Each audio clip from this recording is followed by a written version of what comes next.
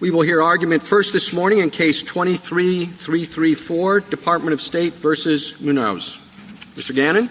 Mr. Chief Justice, and may it please the Court.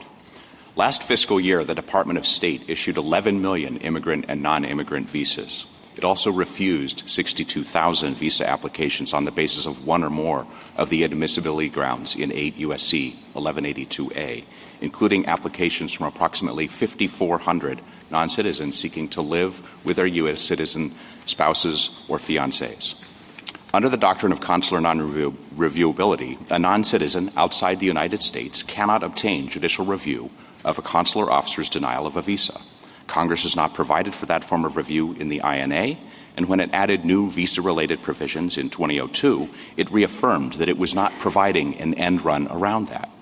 Nor is an end run available when a U.S. citizen family member, here the non-citizen spouse, wants the non-citizen to be admitted into the United States. As the Kerry against Dinn plurality concluded in 2015, that is not a liberty interest protected by the Due Process Clause, and the U.S. citizen is affected only indirectly by the government's action against the non-citizen.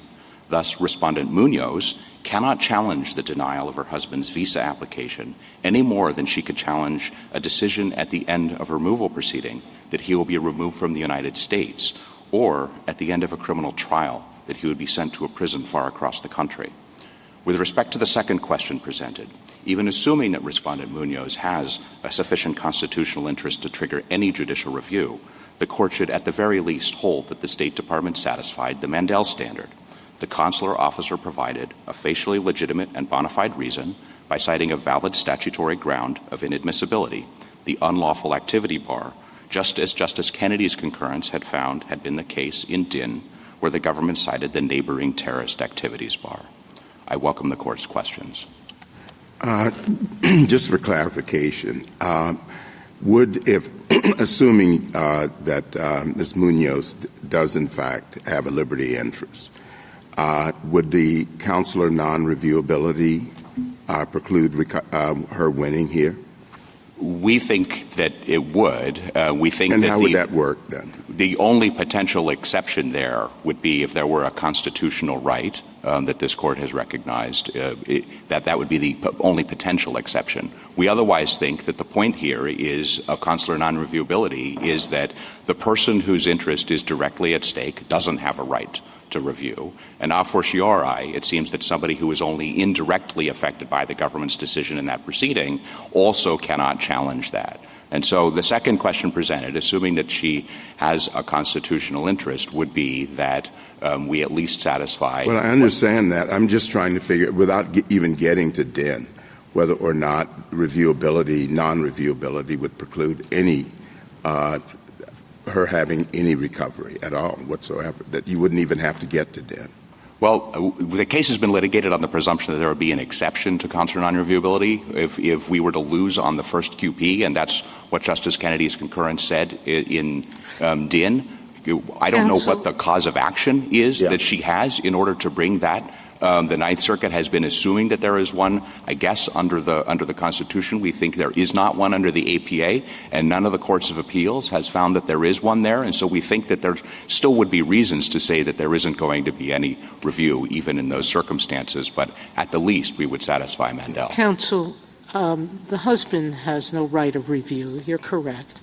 And it's a judicially created exception of non-reviewability. So if we make an exception, it's us accepting something that's not statutory or constitutionally required.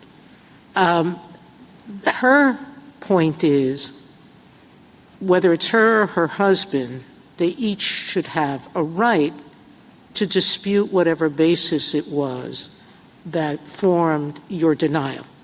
And let's assume it was something as simple or as misidentification.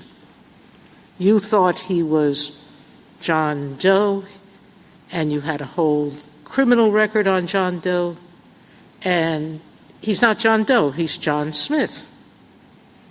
John Smith Doe, which is another person. So the reason she's asking for an explanation, and one that's required, is that she says, I have a right equal to the Mandel professors They had a First Amendment right to invite a professor to come speak to them. I have an equal constitutional right to live with my husband if I can. The second question is that a liberty interest? And you say it's not, so let's take each of your points, okay? As far back as 1888, this court said in Maynard that getting married is something more than a mere contract, which is your position in your brief, that it's only statutory rights or benefits. In 1923, this court described in one breath the right, quote, to marry, establish a home, and bring up children. And that right is one long recognized at common law as essential to the orderly pursuit of happiness by free men. That's our Meyer case. In Loving versus Virginia, we said marriage is fundamental. In United States versus Windsor, we said marriage is more than a routine classification for purposes of certain statutory benefits. So, and Obergefell, I'm not going to cite it, but it said something to that effect. So if I assume that there's a liberty interest that has to be protected by some sort of process, then the question is what kind of process is enough? And in Mandel and in Kin, we talked about the statutory, citing at least a statutory basis for exclusion. Here you're saying she's entitled to nothing. Why do we have to go that far? Why don't we just address, given all of our centuries of statements about marriage being something more? We don't disagree that marriage is an important right and that she has liberty interests that are implicated there. To step back to the beginning of your question, we think that the doctrine of consular non-reviewability is rooted in the political branch's plenary power to determine which non-citizens should be admitted to the country and what procedures are going to be used in order to make that determination. And so that's not just a judicial exception to general principles of reviewability. That's the background against which Congress enacted the INA. It provided for certain remedies and review and did not provide for this. That's the second question. And so no, you start your brief by telling us we're looking only at no constitutional right. Now you're pivoting and saying, yes, if there is some sort of interest here, but the only procedure that you're entitled to is the one Congress gave us. And in Kin, we said, that's right, you're entitled to the citation of I hope someone else will pick up the second part of this, which is that unlawful is different than terrorizing. So there may be a reason for more specificity in this case than that case. But my question is, why isn't that a separate question from the one that you've been arguing in your brief, that there is no constitutionally protected interest by the wife?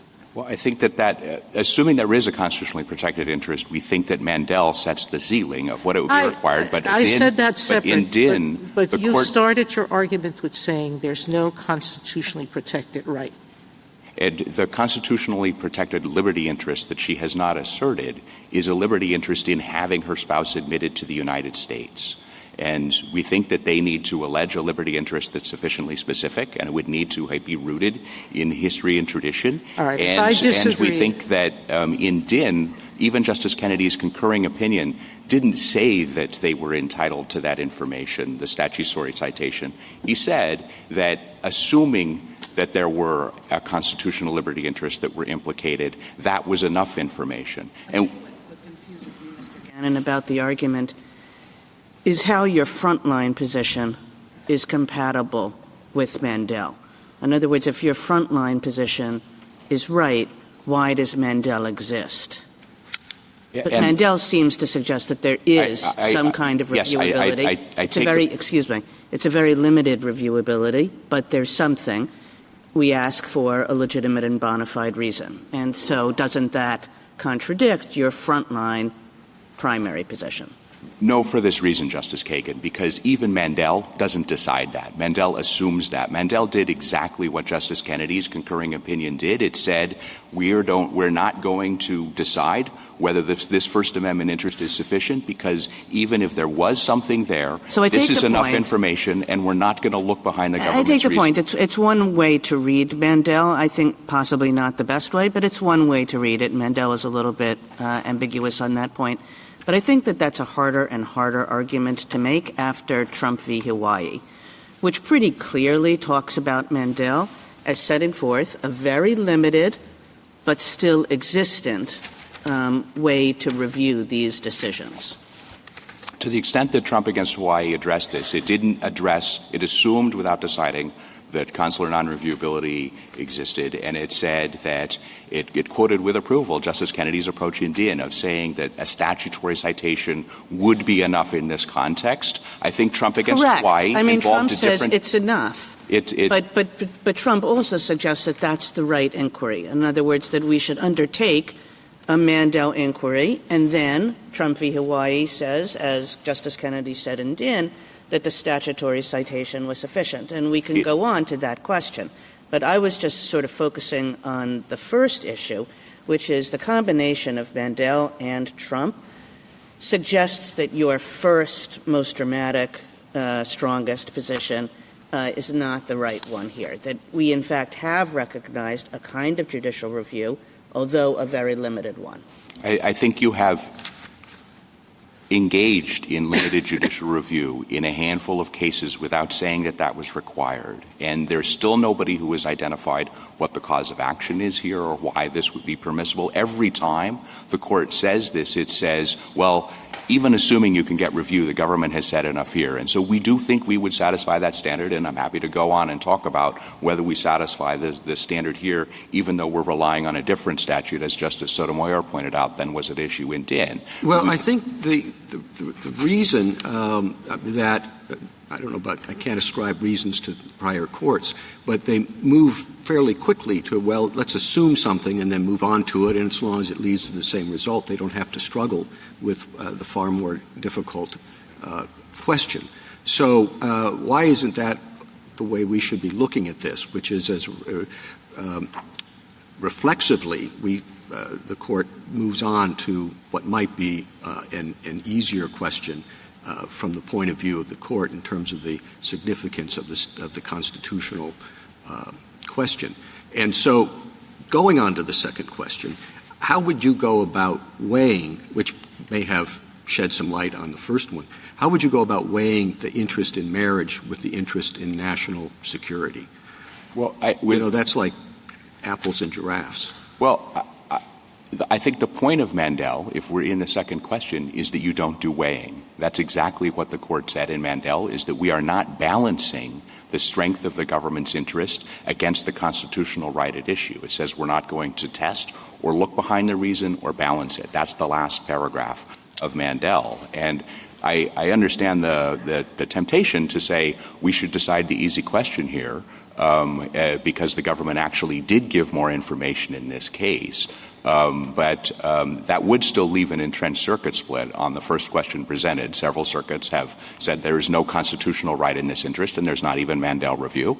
3 circuits since Dinn have assumed the first question and went on to say that the government satisfied the Mandel standard as applied in those cases. The Ninth Circuit is the only circuit on the other side that's saying that there is a constitutional liberty interest here. And I do think that assuming that means that we're going to have to continue to litigate questions over what are the contexts in which there's a sufficient liberty interest. Is it a spouse? Is that enough? Is it a fiancé? Is that enough? If a parent and child, is that enough? Does it implicate something other than visa denials? We haven't seen a clean line for distinguishing between the circumstances here and the circumstances there. But if you're in QP2, my basic answer is that there's not balancing. It's just a question of whether it's a facially legitimate and bona fide reason. What is required by Mandel in your view, and what would be the problems from your view in requiring more of an explanation?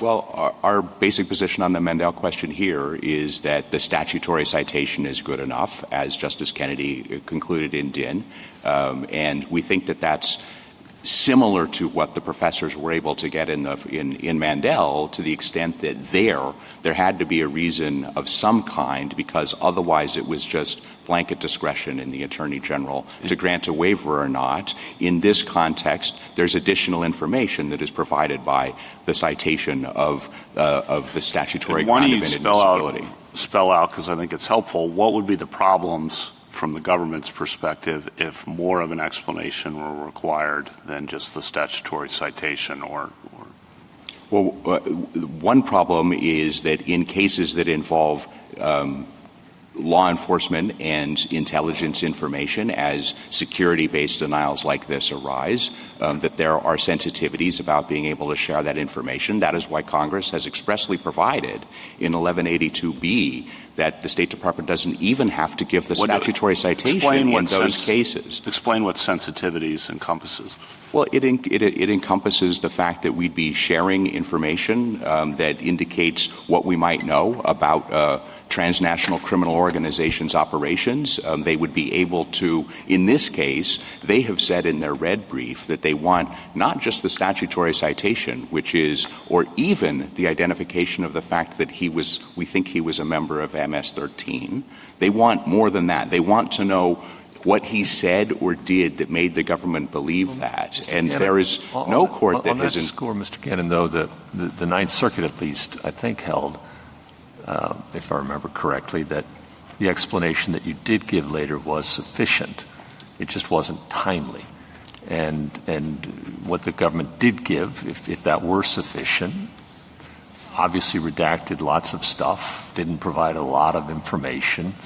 You could simply say we think he's a member of a gang based on our contacts with law enforcement, period. So how would that implicate any serious governmental interest? Well, it would go beyond any of the Court's previous cases and beyond what is often given in cases like that, beyond what Congress requires in cases involving denials under of course A2 it is, and but A3. we're asking what due process and Mandel may require. And if the Ninth Circuit says it requires more than a statutory cite, but less than revealing your intelligence, a sentence would do, which is what they said. Do you have any objection to that? Is that wrong? We do think that the statutory citation ought to be enough for the reasons explained in Justice Kennedy's opinion in Dinh. But that was a different statute. It's a totally different statute. I mean, the statute in Dinh had the kinds of sentences that I think Justice Gorsuch is talking about in it with relation to terrorist activities. It didn't just say, terrorist activities, period. When you identified a subsection, you were into something of a factual basis for that determination. But that's not happening here. It would be true if we had identified particular subsections of the terrorist activities bar, but in Dinh we just cited the entire terrorist activities bar. And as Justice Breyer's dissent talked about, there were 6 discrete terrorist acts described. Here, the statute says only any other unlawful activity. It is a generalist catch-all for, quote, security and related grounds. In your brief on page 3 to 4, you seem to agree that your ground has to be tied to security in some form, but we don't know security at all, meaning the way it's written, you could say no based on someone's jaywalking conviction or for stealing a piece of bread when they were 5 years old from a store. There are some countries that do criminalize even children acting. So how does a citation to unlawful activity tell anybody anything? Here and in the D.C. Circuit case, you at least said, we think he's a member of this organization, of this criminal organization. That tells you something.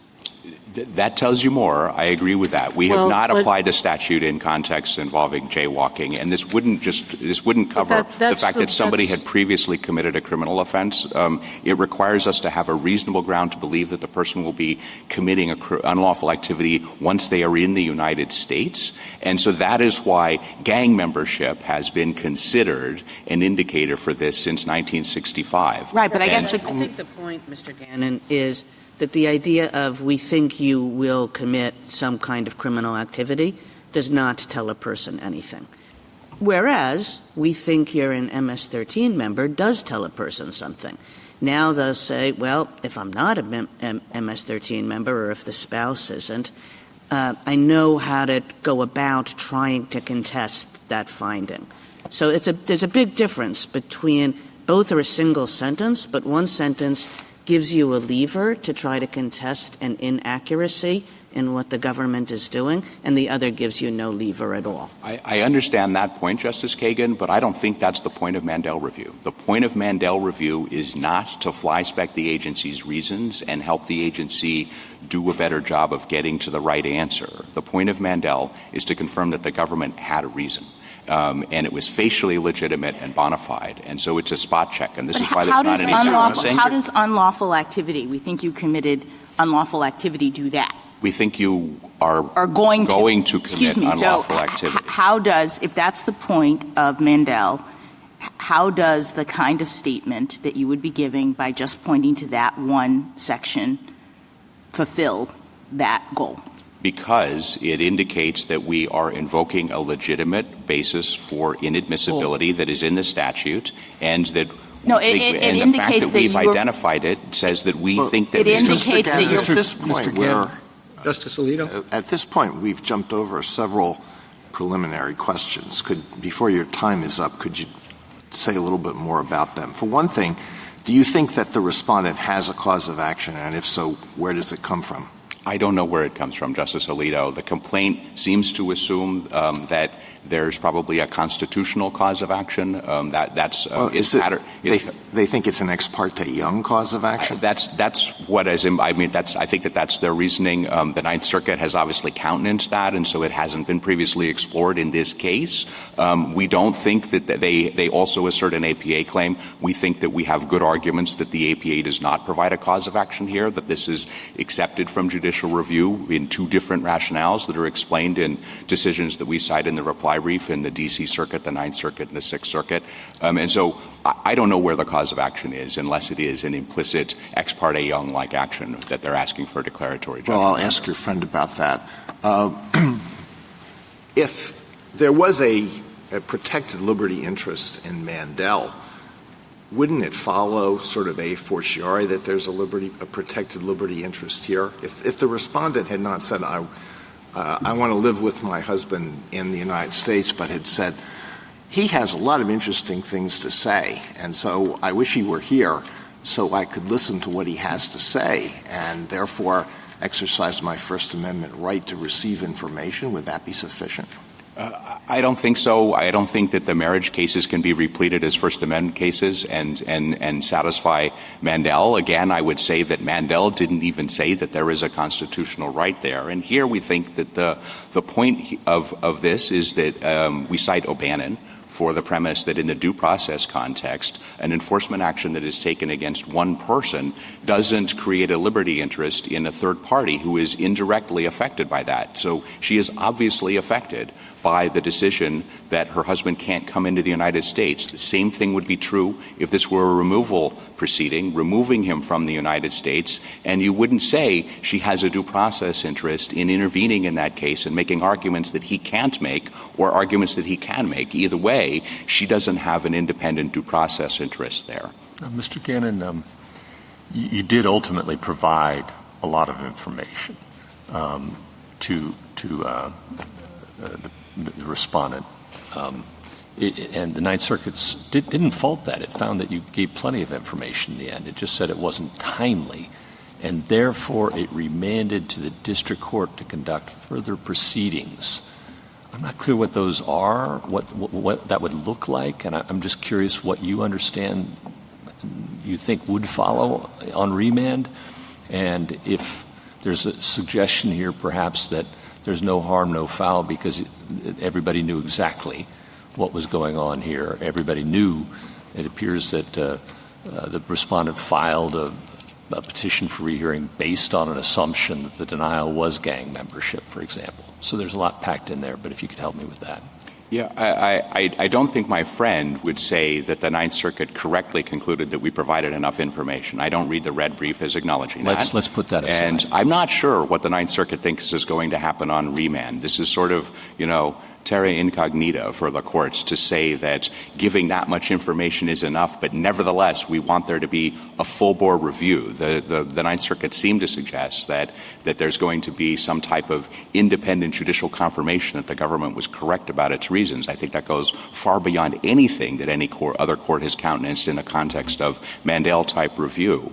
And so at the end of the day, we don't think that the district court would be able to order the issuance of a visa, and the complaint doesn't ask for anything other than a declaration that the reason that had been given before we provided the additional details about MS-13 was not legitimate and bona fide.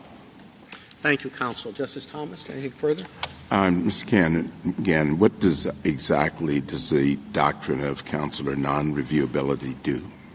We think that it prevents a non-citizen outside the United States from challenging a decision to deny a visa, and also prevents a third party from attacking that decision. To the extent that there is an exception that the court wants to acknowledge, that would then get into whether there is a constitutional liberty interest, and that's the first QP here. But otherwise, it protects the political branch's ability to protect the nation's borders and decide who is going to be admitted to the United States without judicial oversight for cases involving foreign citizens who are outside the United States. So without more, it is simply a doctrine that prevents all judicial review of these decisions?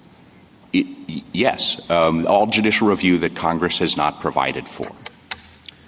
Justice Alito? Justice Sotomayor? As I see the question, my way, she has a liberty interest in her marriage and having her husband visit. She doesn't have a liberty interest in having the visa granted, but she does have a liberty interest in knowing why and an opportunity to oppose it if there is an opposition that can be had. But the review would be very limited. In Din, we said the process due is just knowing the reason, and a statutory citation because he's entitled to know, she's entitled to know he was a terrorist. In a conviction, the husband has gotten full notice. All the grounds have been told to the wife because there's been a public adjudication of that ground. Similarly, with all the other examples you provide, full process has been provided. But what you're saying is I have a right, and judicially created, we're going to say there is no process whatsoever you're entitled to. Now you're saying you're entitled to what Congress permits you to have. And so the question is, what's that? In this context, that's not even Mandel. Congress has specifically said that we don't have to give a reason at all if this is the reason for the denial. But I would say that we don't think that there is a separate category of liberty interest for getting information as opposed to the underlying liberty interest. And so the fact that she wants to live with her husband in the United States doesn't mean that she has a liberty interest in having information related to something that prevents him from doing that. And I would also say that makes little sense to me in the example I gave. Pardon? It makes little sense to me in the example I gave about the mistaken identity.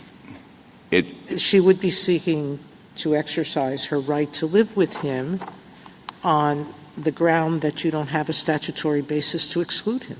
But she doesn't have a constitutional right to participate in that proceeding and say you got this decision wrong.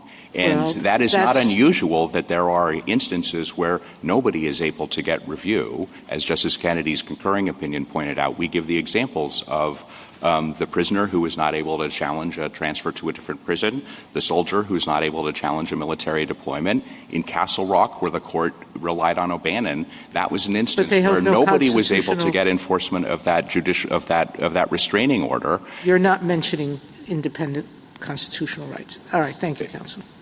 Justice Kagan? I think I just want to understand the conversation that you had with Justice Alito before about the nature of the constitutional interest here versus in Mandel. So assume for purposes of this question that Mandel does require some kind of limited judicial review. In other words, this legitimate and bona fide state explanation. In the case where there is a constitutional right implicated, as there was in Mandel, and the question that I thought I heard Justice Alito asking was, if you assume that, why would this constitutional right be less important than the constitutional right that was implicated in Mandel? In other words, the right of a few professors to listen to some guy for a few hours, why would that be more important than the right of a person to be able to live with their spouse in this country? And are you saying that it is? Or are you saying that once we think of Mandel in that way, yes, this constitutional right is just as important? Yeah, I don't think that we've tried to compare the constitutional rights in that regard. I think that we would say that Mandel hasn't decided the one, and therefore we're just making a separate argument about this liberty interest. If we assume that Mandel has decided the one, you would not contest that this constitutional right is any different. I would suggest that there could be a difference between First Amendment rights and the Due Process Clause and the third-party interests that are at stake in the due process analysis under O'Bannon. But as I said to Justice Alito, I still don't think that means that a spouse could come in and have a better claim because they want to talk in person with their spouse instead of, over the telephone. Right. Well, she wouldn't need a better claim if you were willing to say, yes, the right of marriage and the burden that this places on that right is just as important as the right of listening to, a lecturer. Yeah, that was at issue in Mandel. And I think my basic answer to that, Justice Kagan, is the assumption of your question, which is that we think that Mandel didn't actually decide that, which is why it's open for the court to decide the first QP here. If it wants to assume that there's a liberty interest here that is equal to what the court assumed was at stake in Mandel and sort of assumed was at issue in Trump against Hawaii and therefore gave a very limited form of review, then you'd be doing Mandel analysis, and we think that we would win. Okay. Thank you. Justice Gorsuch? One level, this is a very large case about fundamental liberty interests. At another level, I wonder if it's a small case. We talked about remedies a little bit a moment ago, you and I, and I'm just curious, what remedy does the plaintiff seek here? I know they wanted originally a declaration that there wasn't a bona fide reason, seeming to take Mandel as given. I'm looking at page 13 of their complaint. But they got that. They got that reason. They got the Mandel reason. Then they want a declaration that the statute's unconstitutionally vague. That's not before us. Then they want their costs. That's not before us. And I guess, of course, the usual catch-all grants such further relief. But if a district court can't order the husband into the country, what other relief remains that's available for a court to issue? We don't think there is any. I think that they've asked for a declaratory judgment that the reason that was given was not good enough. I think that now they would say that if this court says that the Ninth Circuit is wrong about what we did give, then they would be entitled to more, I guess, is what they would be saying on remand. How about this, that the declaratory judgment would be you got the Mandel reason, because that's what the Ninth Circuit found. It just wasn't timely, period. Well, the court didn't grant review on the third QP. We think that the timeliness analysis is wrong, and we think it's particularly odd to say that this lawsuit needs to trundle on. Would the government oppose a declaratory judgment that it wasn't timely in its Mandel statement? Well, and what harm without would that knowing do? what the consequences of that are, I understand your point. And so I don't know what else they would get out of a declaration that it's untimely. The Ninth Circuit obviously wanted there to be further proceedings, and they wanted there to be more information that was provided. And I understand my friend to be asking for more information even now. But you wouldn't know if the court's correct in the Ninth Circuit that they got all the information they were due, at least at the Mandel stage, and the Ninth Circuit's remanding to pierce that, to conduct some sort of due process analysis about whether it was good enough. What could the Ninth Circuit or district court do at the end of that proceeding that would be lawful? We don't think anything, but I don't think that's a reason to affirm what the Ninth Circuit said here. I think that would be a reason to reverse and say that this case is Counsel, over. I'm not fighting you. I'm just asking some questions. Yeah, and I agree with you that I don't know I don't think there is anything that the court ought to be able to do on remand. Yeah, thank you. Justice Kavanaugh? Justice Barrett? So, Mr. Gannon, I had understood the government, this goes to the threshold question, I'd understood the government to essentially be asking us to take Justice Scalia's position in Dinh, but based on some of your colloquies with my colleagues today, I'm thinking that maybe what the government's first order position is, and I had not gotten this from the brief, I thought you just mentioned it in a footnote, is to say that Mandel should never have assumed that there was an exception if there was a fundamental right implicated. Is that right? Well, I think that the point of Justice Scalia's plurality opinion in Dinh would be that there wouldn't be an exception to consular non-reviewability that applied anyway. So I think it would get there one way or the other. No, I agree, but it's different. I mean, I think Justice Kagan called it a much more dramatic holding. It would be different. I guess I see you potentially asking us to do one of two things. One would be to say, there's no fundamental right here. She doesn't have a fundamental right in having her spouse live with her in the United States. And so the Mandel exception isn't triggered and she's not entitled to anything. That is our frontline position. I agree. Okay. So you're not asking us to say, and by the way, people shouldn't have an opportunity to show that there's a fundamental right implicated, because after all, Mandel had just assumed that.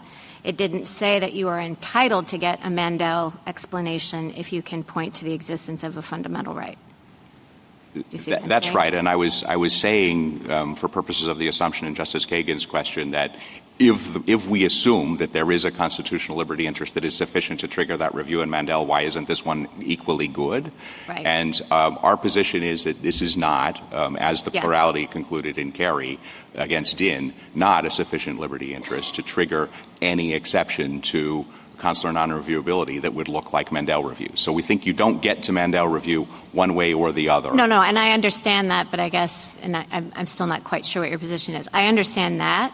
I'm just asking you, are you asking us to go still further than that and say, and by the way, Mandel just assumed that there would be an exception to consular non-reviewability if there was a fundamental right implicated, but we think there's no such exception at all. So not only is this one not good enough, are you asking us to do that? I don't think you need to do that. I think the question presented is based on the idea that there is the background of consular non-reviewability and the exception is not triggered for that reason. Okay, that is what I understood you to be asking from your brief, and I thought you were asking for more in the course of the argument.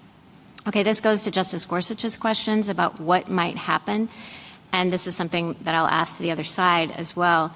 But what do you understand the further process to be? Because it doesn't do someone all that much good just to know what the reason was. You know, as Justice Sotomayor was saying, if you think my husband is John Doe, but he's actually Jack Smith and has no ties to MS-13, the value of that information would be to have some opportunity to be heard about why it's wrong. But Mandel really is just about notice, and none of the court's cases, which really just kind of Mandel and Dinh, have gotten into what would happen after that. What is your understanding? Would they have to go back to the State Department, go back to the consular official?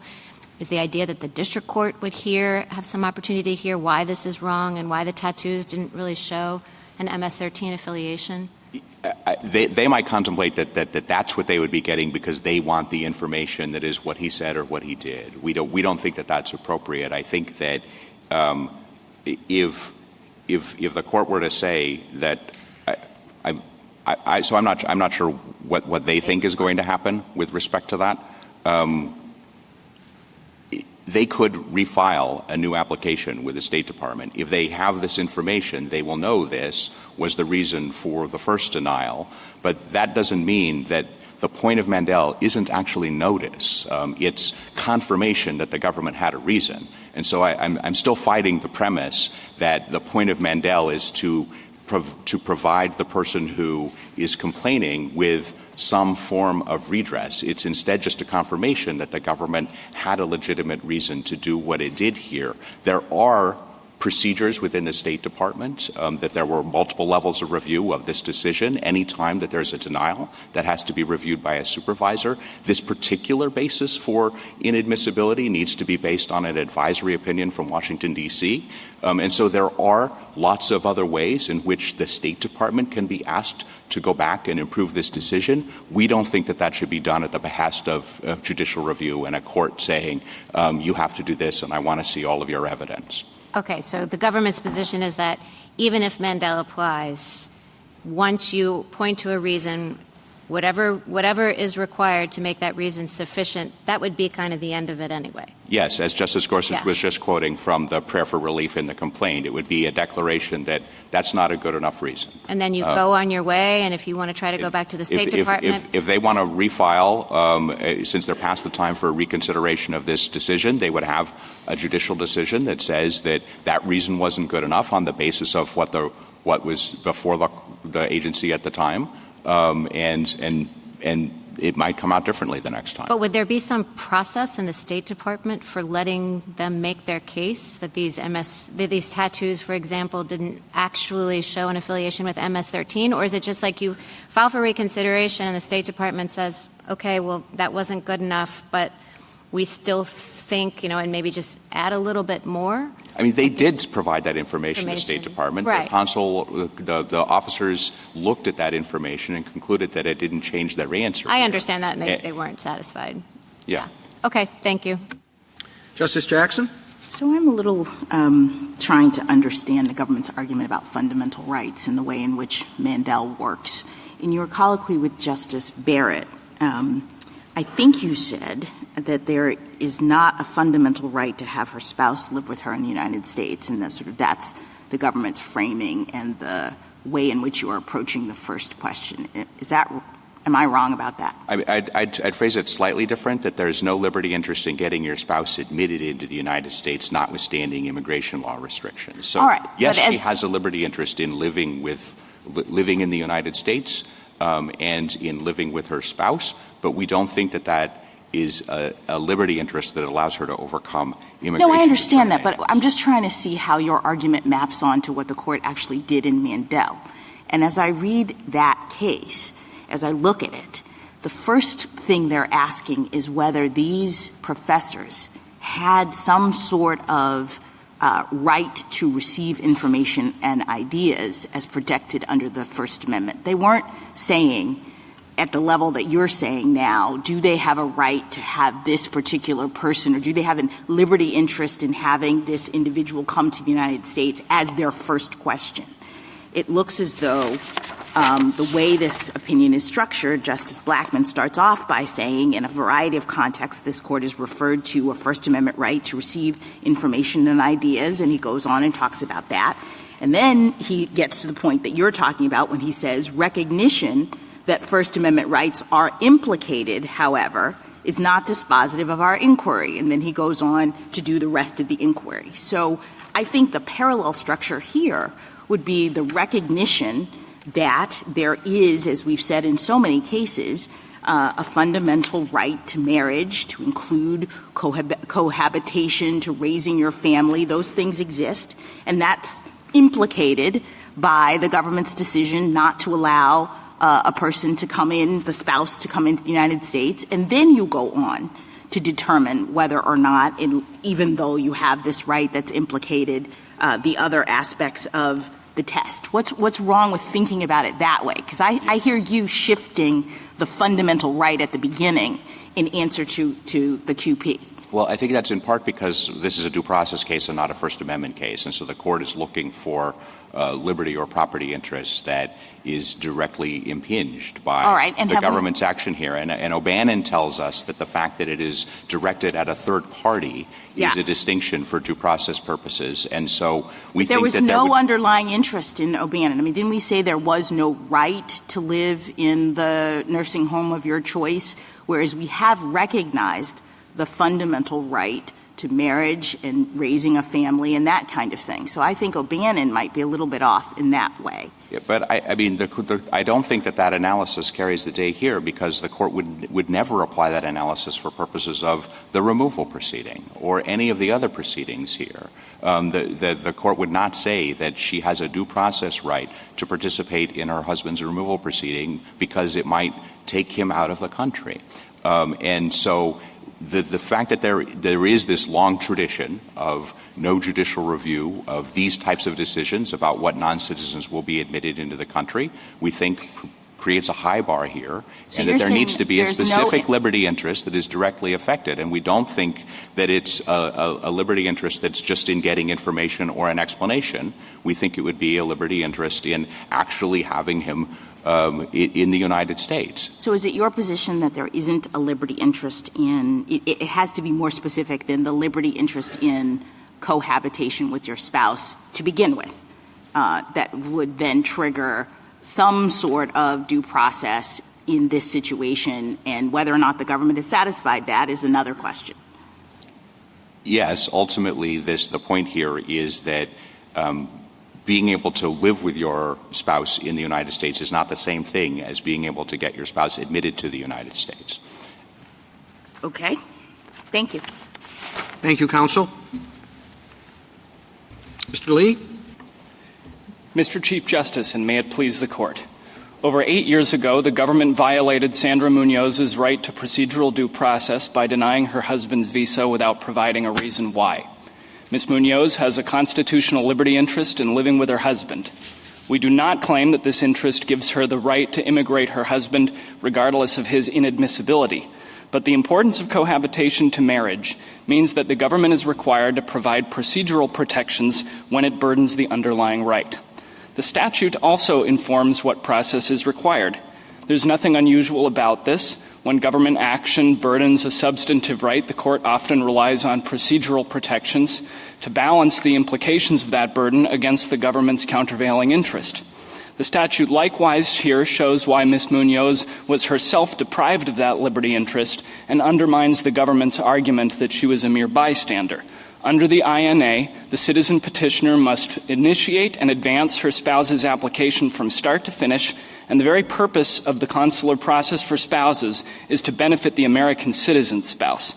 Given this interest, judicial review is required. This Court has repeatedly acknowledged that the constitutional rights of U.S. citizens can be implicated by visa denials, and when they are, that review is necessary. Procedural due process, therefore, requires notice sufficient to allow a meaningful opportunity to respond.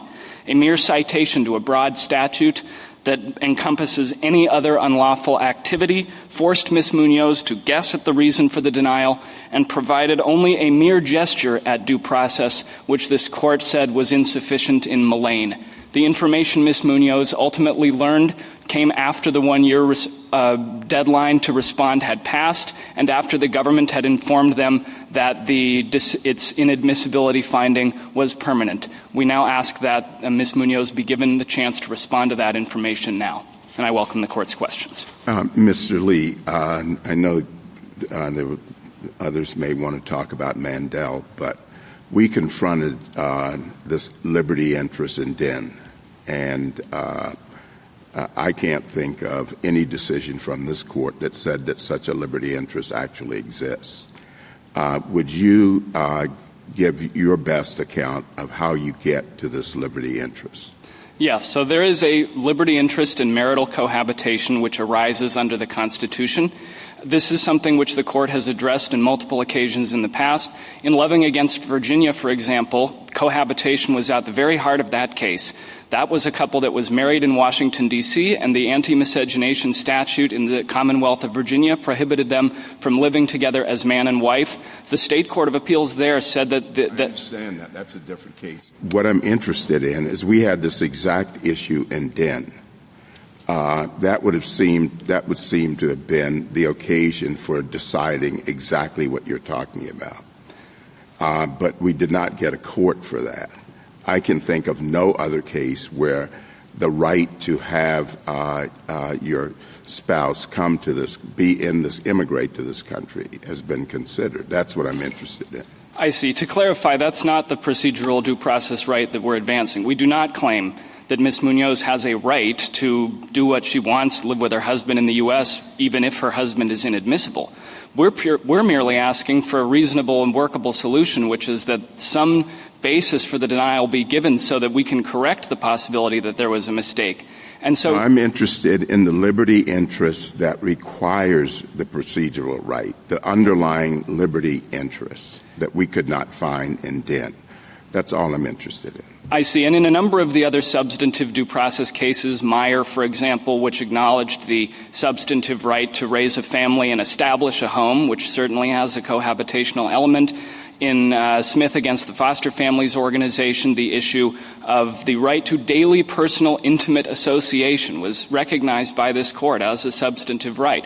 Even in the immigration context, Your Honor, at the peak of Chinese exclusion in the United States against Gui Lim, the court acknowledged, even without any statutory hook, that a non-citizen had the right to bring his wife to the country, even though she did not herself possess a certificate which was required at the time. So we think none of those address the central issue, which is the consular non-reviewability, which sort of seems to me to be an entirely different order of magnitude than the cases that you've cited.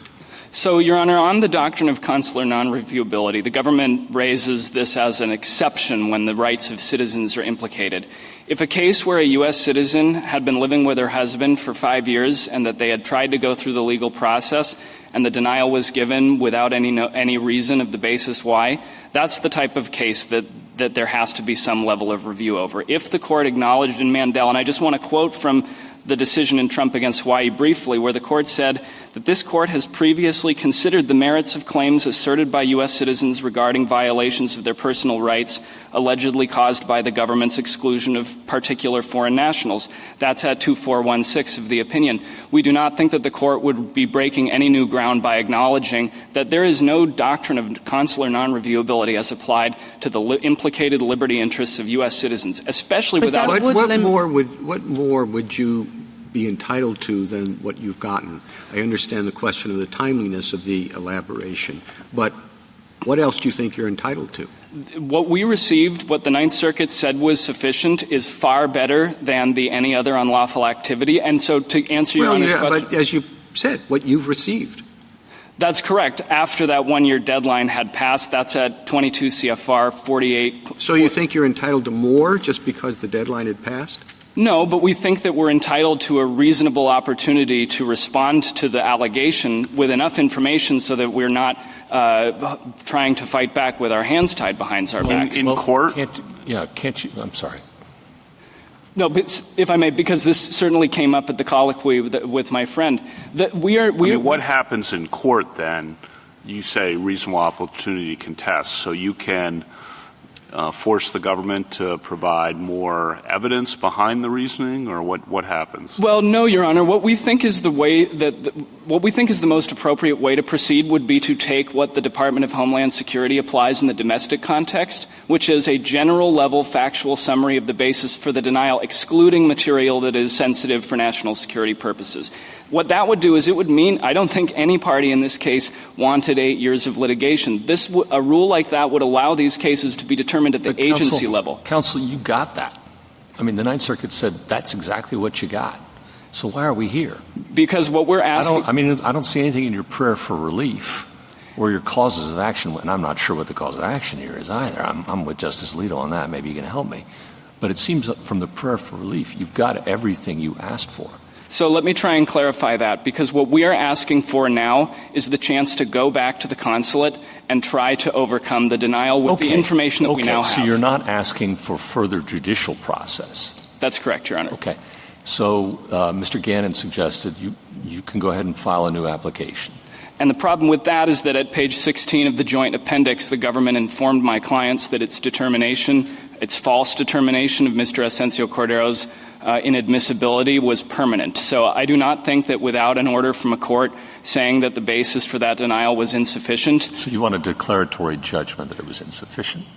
I don't think that there's a way around that, Your Honor, because otherwise we're going to be fighting an impossible battle of trying to disprove that Mr. Asencio-Cordero, or rather trying to say that he is no longer a gang member when that would require accepting this false premise in the first place.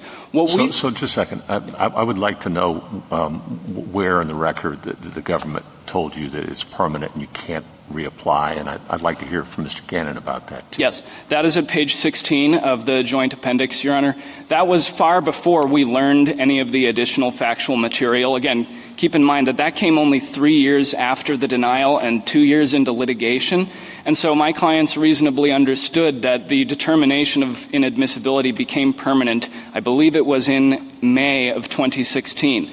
We still had 7 months in the 1-year deadline, which the government says is in the regulations is an individual has the opportunity to overcome the denial, but that's meaningless, and it puts people in a Kafkaesque situation if the regulations say, well, sure, you have the opportunity to overcome the denial, but we're not going to tell you why. What do you do with Mandel and Trump versus Hawaii and Justice Kennedy's concurrence in Kerry versus Din, which suggested that you're not entitled to more information, this is what you're entitled to, and it's up to Congress if they want to provide more elaborate procedures or require more elaborate procedures in situations like this? Right. Well, there are many differences from Din, and in the colloquy with my friend previously, there was discussion on some of the language differences. Sorry to interrupt. All three cases suggest that a facially legitimate bona fide reason's enough, and you stop there,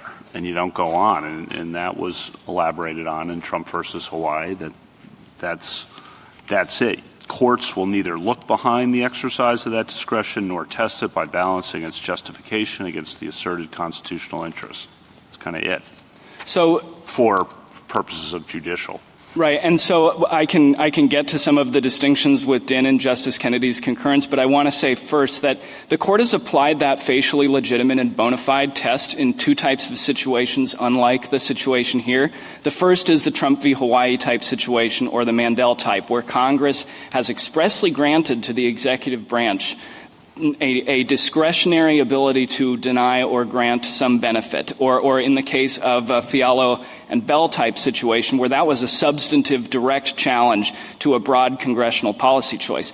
Here, the government claims as though it's operating at the peaks of plenary power, but the amicus brief from the congressman, which was submitted, says at page 23 that the department's position is that this decision should have been left to one political branch, the executive. The point I'm driving at, Your Honor, is that the Congress here has required that consular officers have a reason to believe an individual is inadmissible. The regulations refer to that as a standard which is akin to probable cause. So we think under a Matthews-Eldridge analysis, the risk of arbitrary deprivations, and along with the... Well, it seems to me that's what you're trying to do, is replace Mandel and the Justice Kennedy concurrence and Trump versus Hawaii with a Matthews v. Eldridge test, which would then in turn, as you would apply it, require substantially more process than our precedents have previously required. I'm not sure why we would do that. Well, don't get me wrong. We think we can prevail under the facially legitimate and bona fide test as well. And if I can turn to that and the second part of Your Honor's question.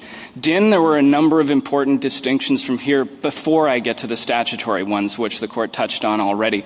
Number one, there was a factual basis in that case on the record. The fact that Ms. Din's husband was working for the Afghan government when the Taliban was in power.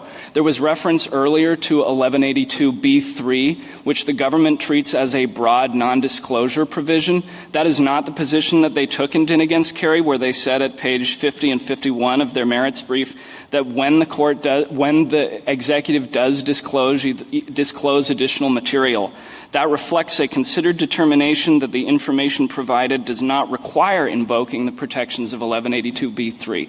They did not invoke 1182b3 now at the time of the denial, and so we think that militates for at least. Well, but that's an implicit weighing of the competing interests, right? I mean, you have to have that at some point, given your claim. And I just want to know how you do that. How do you weigh the interest in cohabitation in marriage against the security values under consular non-reviewability? Sure. And I think the answer is more simple than the government lets on, because the regulations which the Department of Homeland Security applies in the domestic context to the same exact statutory framework, the same grounds of inadmissibility.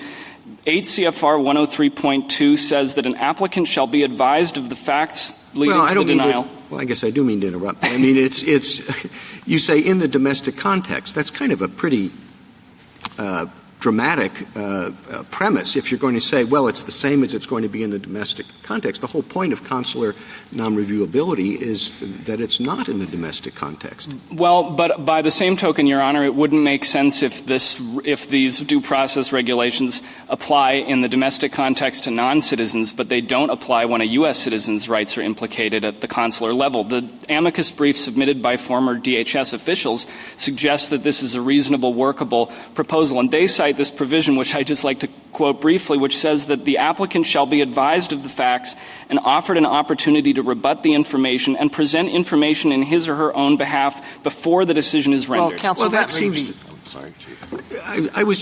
that seems to be flatly contrary to what the quote from Justice Frankfurter, which I don't remember, is that that's something that's been in the body politic from the very beginning, that the United States has control over its borders with respect to non-citizens who seek to come in. But not, Your Honor, when the rights of a U.S. citizen are implicated. And the position that the government has put Ms. Munoz in is that she's been permanently separated from the man that she loves for 8 years without having any basis, any chance when there was an opportunity to respond under the regulations to try and convince them that they made a mistake. Just to pause just very briefly, she's not been permanently separated from the man that she loves. That person is not allowed to be admitted into the United States. But at the same time, Your Honor, question. Not entirely, Your Honor, because the government cannot dilute an American citizen's citizenship by forcing them by giving them the chance to exercise their liberty interests only by forfeiting the protection of the Constitution. El Salvador is under martial law. The State Department warns American citizens not to travel there. And Ms. Munoz was born and raised in this country. She has a successful law practice here. Her father served in the U.S. Army in World War II in Germany. Lee, I guess I want you to assume a few things for me, and some of the assumptions you'll like and some of the assumptions you won't like. But I just want you to assume them, and then I'll ask my questions. So assume that you get Mandel review because you have a constitutionally protected liberty interest in cohabiting with a spouse.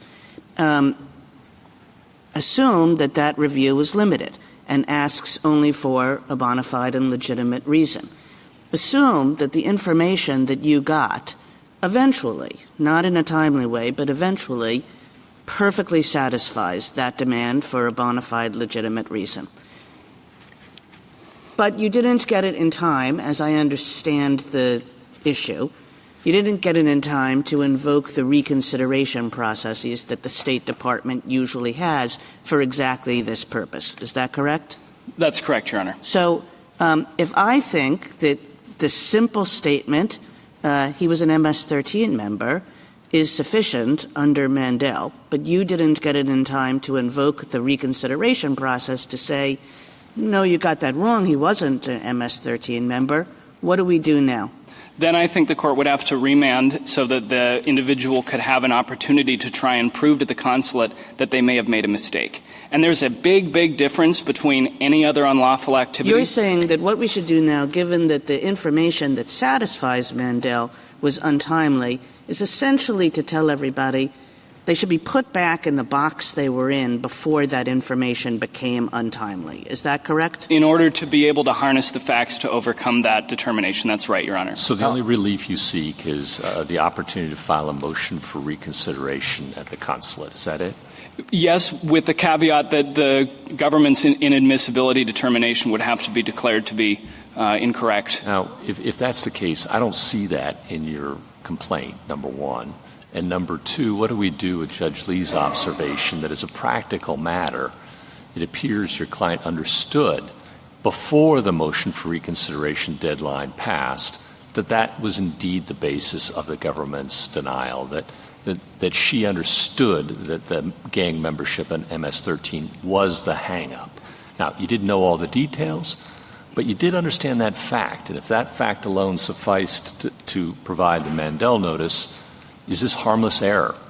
No, and let me try and take the second part of Your Honor's question first. We actually, Ms. Munoz and Mr. Asencio-Cordero did not guess correctly. The government said, at page 107 and 108 of the joint appendix below, the government said that the tattoos were merely the suspicion which triggered the inquiry. So there was no correct guess of the factual basis for the denial at all. But I think that's slicing the bologna a little thinly, counsel, because yes, you thought the tattoos were the basis. But you thought the tattoos were the basis because they suggested gang membership, which is exactly what the government thought, too. But even there's a very significant difference between gang membership, there are hundreds of these gangs, and the specific gang that they ultimately provided 3 years later. Now, I'll be very concrete with how we would have done this differently if we'd have even known that bit of information. And a brief aside to say that I think if there was... Does Mandel require the specificity of the particular gang that he was affiliated with? Wouldn't it be enough for the government to say he's affiliated with an international gang that conducts violence and drug trafficking operations, for example? It wouldn't be enough if there was additional facts that did not implicate national security, like the facts which were ultimately provided here, that it was based on a criminal review. Let's just suppose that it were enough. Then yes, that would be the end of the... End of the case. That would be harmless error then. But no, because, again, it wasn't enough here because there's no additional fact on the record that would have allowed Mr. Asencio-Cordero and Ms. Munoz to have any idea how this man was never been convicted or charged of any crime. I understand that. I appreciate that fact. But if your client understood that gang membership was the problem, and if the government said gang membership, if that were enough to satisfy Mandel, why doesn't it follow that any error here is harmless? Well, to clarify, and I don't want to put too fine a point on it, but that would only be enough if if you're talking about such a significant figure that even indicating what gang he may belong to is not, it would implicate national security. In almost all cases, there's going to be facts that can... I don't know whether it would implicate national security. I'm positing it might satisfy Mandel. Well, I think based on the facts here, you would at very least need the name of the gang. Let me come back to the point about what we would have done differently. Because had we known MS-13 was the gang, at page 44 of the joint appendix, there's a declaration from a gang expert which was submitted in April 2016. That affidavit only mentions MS-13, I think, in 2 or 3 sentences in passing. It uses MS-13 as an example. It makes no attempt to actually analyze how these tattoos might have been related to that gang. I am not a gang expert, but when we go back on remand, we will be able to provide, this is Our Lady of Guadalupe, a tattoo of Sigmund Freud. You know, I mean, that was interesting. Maybe Counsel, MS-13 let me follow doesn't up like on Justice psychoanalysts. Gorsuch's question here. I mean, Mandel doesn't require that much. And so you are, and this kind of goes to what Justice Kavanaugh was asking, you are asking for significantly more. If we think you don't get that much more under Mandel, I guess I don't see why Justice Gorsuch isn't right, that this is just game over. Well, let me answer that by coming back to the Justice Kennedy's concurrence in Dinh, because that concurrence, and I'm operating under the assumption that we're working with Mandel here, that concurrence specified at page 105 that the terrorism bar contained discrete factual predicates. There were 6 or 7 types of activity that there... But you know a gang here. Like Justice Gorsuch, the premise of his question was not just that you knew the general statute. I understand you think that's not enough. But he said if you knew further that it was because of international gang membership, membership in an international gang that conducts violence and would likely conduct violence in the United States. Why isn't that enough? That's different than just the statutory citation. Because in almost all of these cases, Your Honor, there's going to be factual information, like DHS tells individuals in the domestic context, that can be provided without damaging national security. So, for example, the State Department lists in its Foreign Affairs Manual the 10 factors that officers are supposed to consider. Whether they Mr. Lee, can I take you back to the Chief Justice's question? Certainly. And I don't think you can answer this question by referring to regulations. It's a constitutional question. And his question, as I understood it, and I have the same question, is how do you weigh the liberty interest that you are asserting against the government's interest in denying visas to people who would present a danger when they get to the United States? How do we weigh that? If respondent's husband were a citizen, it wouldn't matter whether he was a member of MS-13 or any other gang or whatever the government suspected him of being involved in criminal activities. She could live with him unless he were in prison, right? So it's it's a very, very extensive right. Now, you're translating it into the situation where it's the opportunity to come here. How do we figure out how much she gets? I think that has everything to do with the text of the statute that the government cites when they make that decision separating the couple. So in this case, as the court knows, it was this very broad language. It was. I will concede that the terrorism statute also has some broad language. But again, I don't think you can answer this constitutional question by citing statutes. Well, you say there's a balancing, and you've got on one side a right that would be very, very weighty were they both U.S. citizens living in the United States.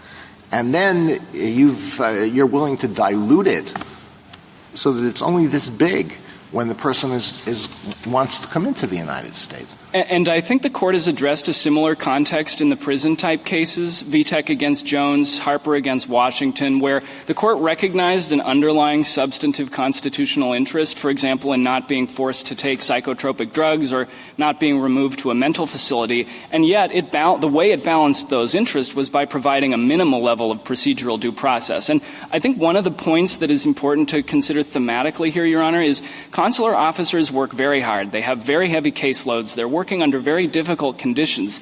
And what we're asking for is for them to give us enough information to help them make a decision that's going to foster the government's... So, what if they, just let me, if I could follow up, what if an American citizen wants to have a child who is a non-citizen admitted to the United States? Would the same thing apply there? Or an American citizen wants to have a non-citizen parent admitted, or an American citizen who doesn't believe in marriage wants to have a non-citizen admitted to the United States so that person can live in an intimate relationship with that person in the United States. What about all those situations? So the only person that's going to have both and I want to take a half step back in answering that and try and define the interest precisely as well. The only person who's going to have an interest directly deprived is going to be a spouse. You have to have both an underlying liberty interest, which we get from the Constitution, and you have to have a direct deprivation, which we get from the statute. It totally distinguishes the facts here from O'Bannon, where the home care patients had no statutory role to play whatsoever in the certification process, et cetera.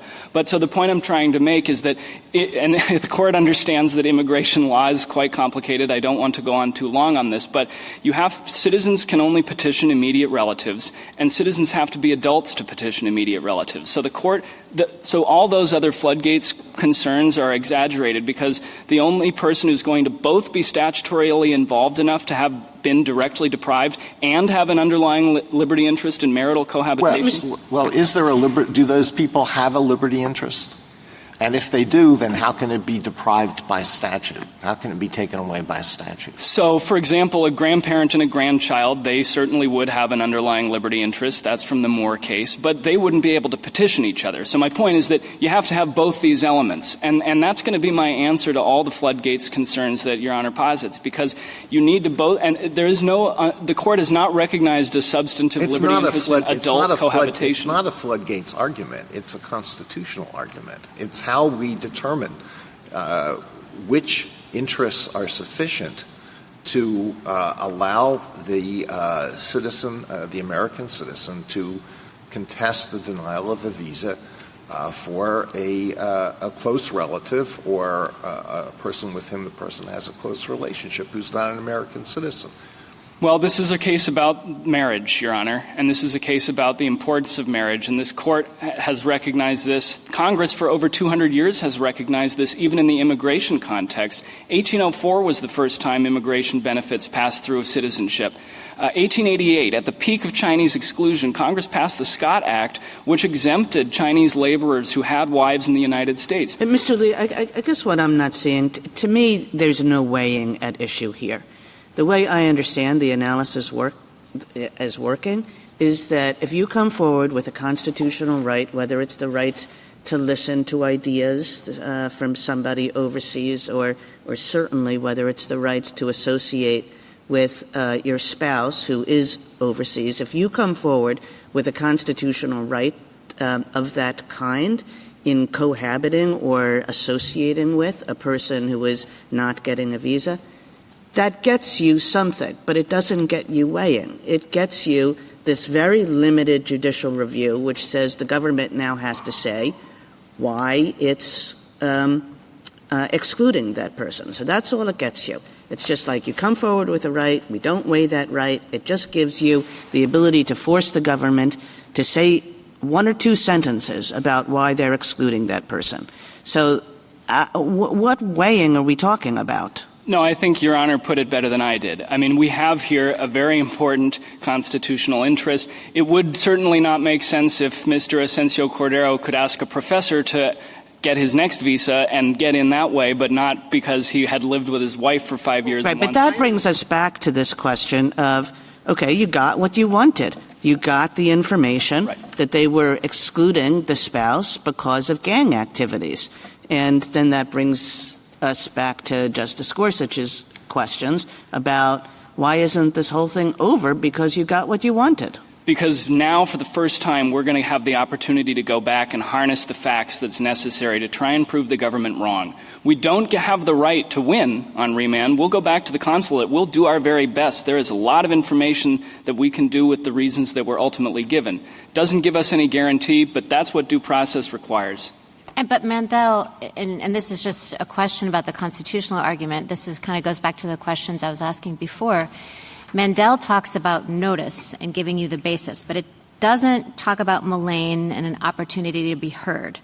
And your weighing, I take it's probably coming from Matthews versus Eldridge, which I don't think is the standard here. So where do we get the constitutional right to an opportunity to be heard in this Mandel context? Well, keep in mind that in Mandel there was a broad discretionary grant. We think that that's a foundational difference between Mandel and this case. And so because this is a non-discretionary decision which Congress has established, officers must have this reason to believe. We think that that does a lot to get us to where we need to be, Your Honor. Thank you, counsel. I understood you to indicate that what you thought the relief you were seeking was just limited judicial review.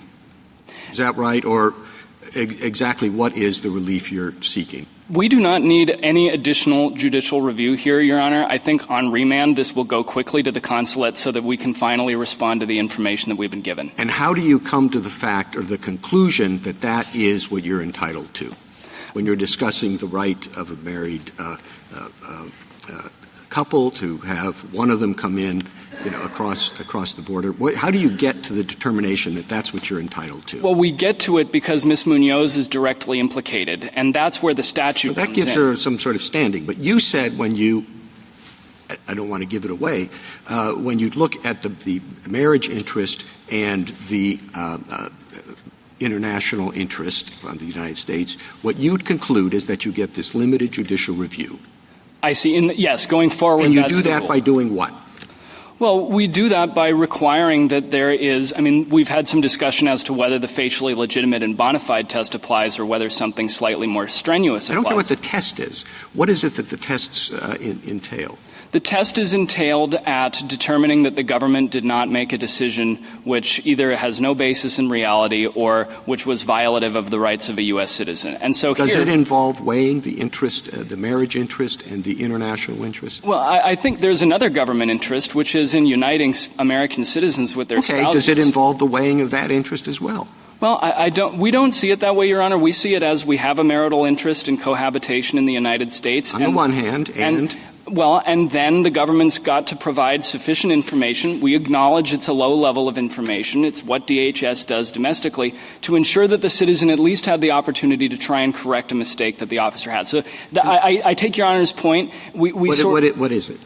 Well, we do not see it as a sort of explicit balancing issue. We see it as my point is that if you're going to take two competing interests and come to a conclusion about how the competition comes out, I don't see how you can avoid the conclusion that involves weighing what I at least see as totally disparate and perhaps unweighable interests. Well, but I don't mean to be hard-headed, Your Honor, but that's what this either facially legitimate and bona fide test or the slightly higher standard that we're asking for gets us. Because, again, we are certainly solicitous of the government's concern in keeping individuals who are inadmissible out of the United States, but individuals who are admissible should be admitted to the United States. Thank you, Your Honor. Justice Thomas? Justice Alito? Well, I don't want to beat a dead horse, but I am going to beat it a little bit. Now, there are a number of possible answers. Suppose there's a liberty interest, okay? You say you're entitled to something. And that something could be, A, the State Department says we believe he's involved in criminal activity. B, we believe he's a member of a gang. C, we believe he's a member of a particular gang. D, we believe he's a member of MS-13. E, this is why we believe that he's a member of MS-13. F, if I'm getting my numbers straight, we believe that, and you have an opportunity to rebut it. Now, how do we determine which of those is what you get unless we're weighing one thing against another? By looking to what the Department of Homeland Security does domestically. And that's what those... Okay, thanks. It doesn't tell me anything about what the Constitution requires. One final question. Where does your cause of action come from? From the Due Process Clause of the Constitution. Is it an ex parte Young cause of action? This issue hasn't been an issue below, so our cause of action arises under the Constitution, Your Honor. Directly under the Constitution? That's correct. It's not ex parte Young? It arises from the Due Process Clause. It's not APA? We raised an APA claim below. If the Court wants to remand on that issue, they may, but we think it's this constitutional case, Your Honor. Okay, thank you. Justice Sotomayor?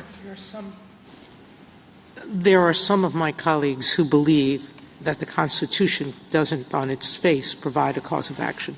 We have a legion of cases suggesting that, and many of my colleagues taking that position. If they believe that, does ex parte Young help you? Your Honor, I am not prepared to discuss ex parte Young because this did not come up below. We think that our cause of action arises under the Constitution. We think it comes from 702 of the APA as well, which provides a different route, but that's our position.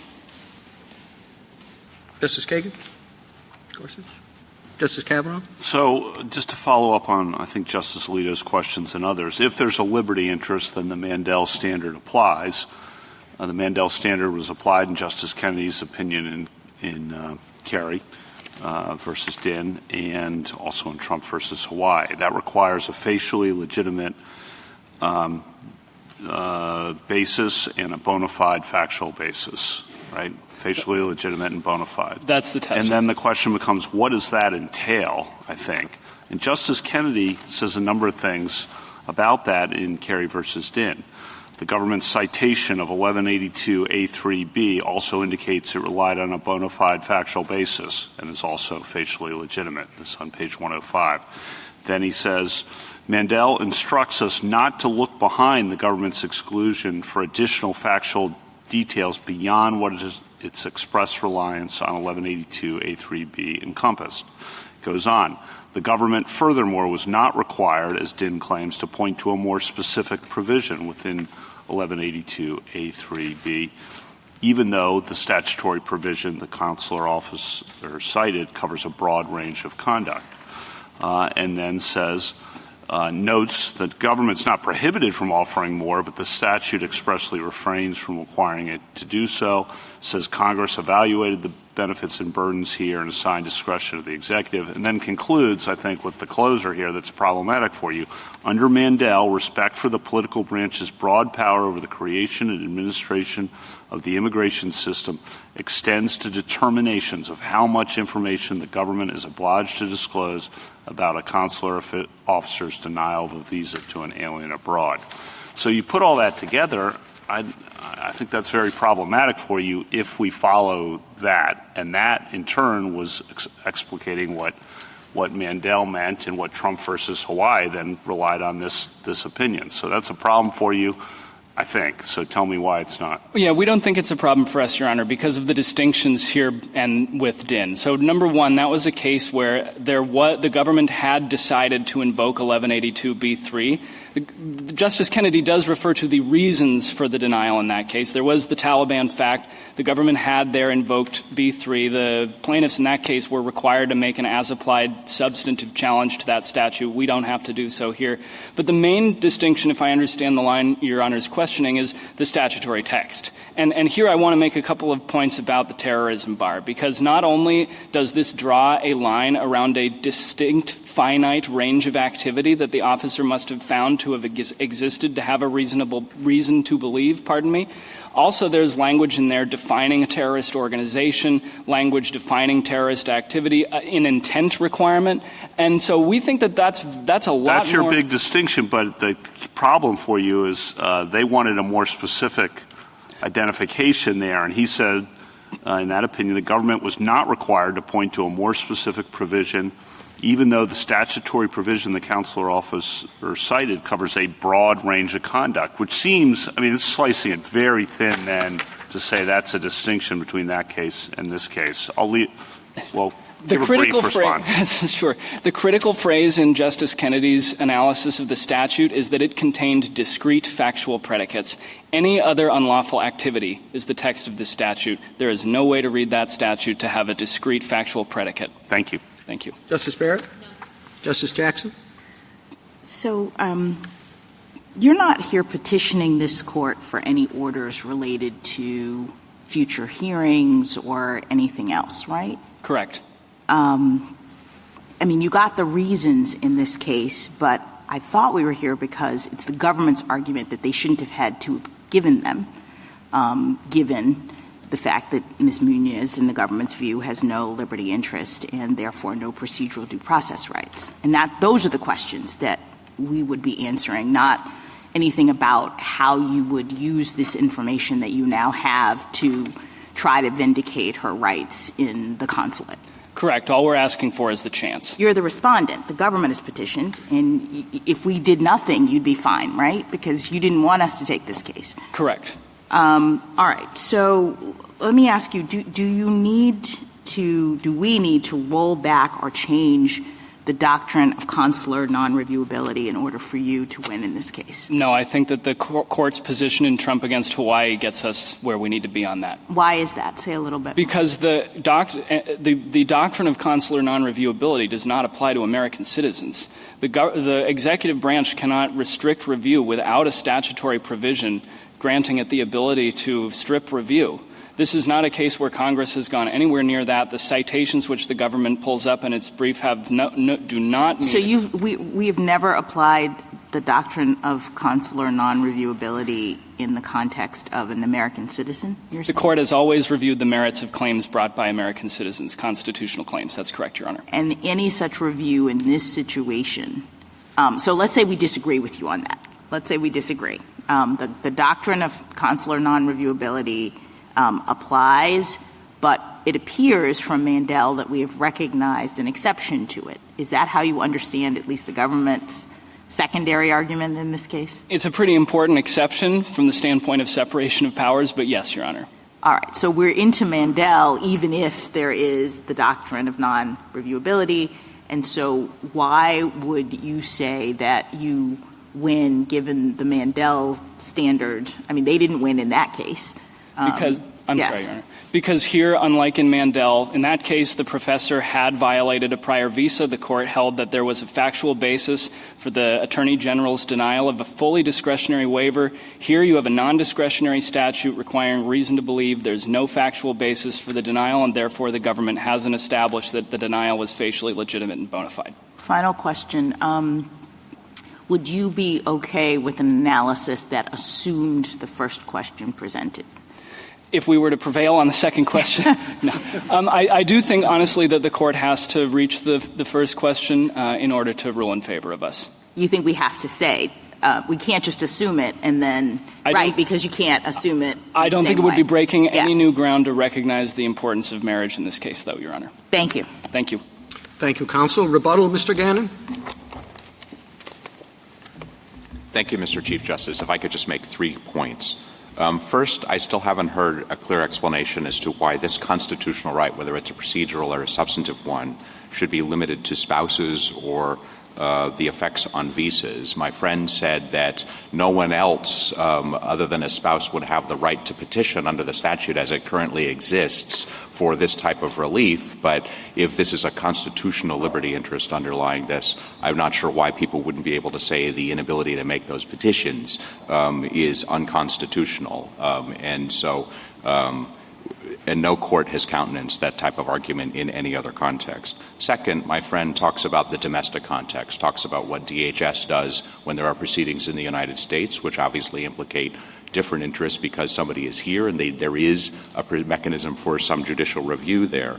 But it's important to recall here that state is the first line of defense on these issues. And if they deny a visa on the basis of somebody being inadmissible and that person doesn't come here, then there isn't going to be any judicial inquiry.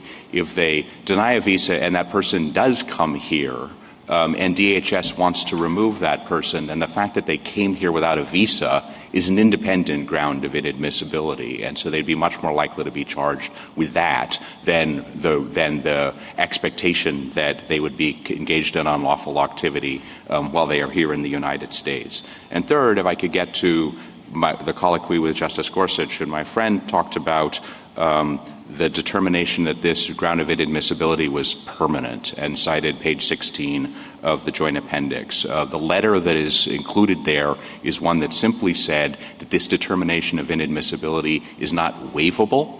There's not a procedure for getting us to consider whether we're going to make an exception the way DHS had done here on the ground of inadmissibility associated with his previous unlawful presence in the United States. That doesn't say that this is a permanent basis of inadmissibility. He can reapply for a visa and present whatever evidence he wants to persuade us that we were wrong the first time around. But that's not the same thing as saying that there is a judicially overseen procedure for rehearing that would allow the court to consider whether our reasons are correct. He said that he wants our inadmissibility finding to be declared incorrect. And so we would disagree that that's what any court should be doing on remand here. The point of Mandel is not to allow for meaningful opportunities to respond or further internal appeals or further judicial review. The court in Mandel was clear, Justice Kennedy's concurrence in Dinh was clear, that there's no testing or looking behind the court's decision. And my friend said that in Mandel, the government showed that there was the fact that he had previously violated the terms of previous entries. That was a hotly contested issue in the case. The dissent said that that was a sham and there was no evidence in the record to support it.